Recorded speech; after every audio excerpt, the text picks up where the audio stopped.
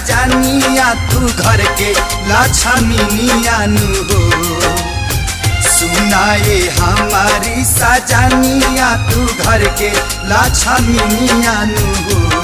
छठी मैया के बैठी चरनिया त करी जा पूजनियानु हो। छठी मैया के बैठी चरनिया त